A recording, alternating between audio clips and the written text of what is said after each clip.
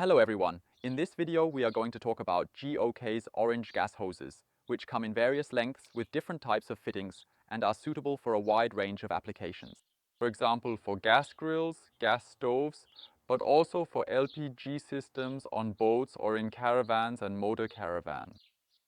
And everywhere the question comes up whether you have to replace the gas hose, and if so, when exactly you need to replace it.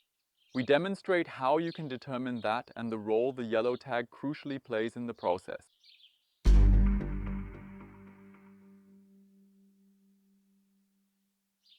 Before we get into discussing replacement intervals, it's important to mention that if you notice when your equipment is operating or during a leak test that your hose is showing signs of leakage or appears to be rather worn out and aged, then make sure to replace it immediately and don't wait for the next replacement intervals.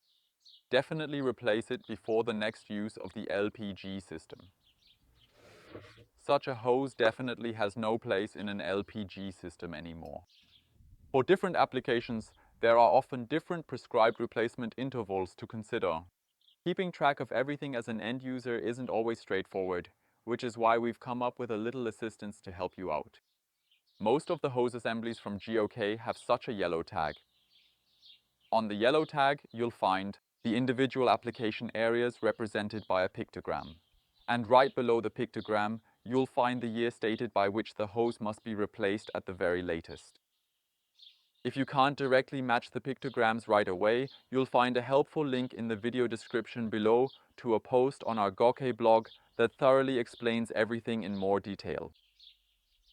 Some of you may be wondering what happens if the hose attachment accidentally tears off or gets lost completely. There's a solution for that as well, because each hose line from GOK has the year of manufacture printed on it, in this case 2018.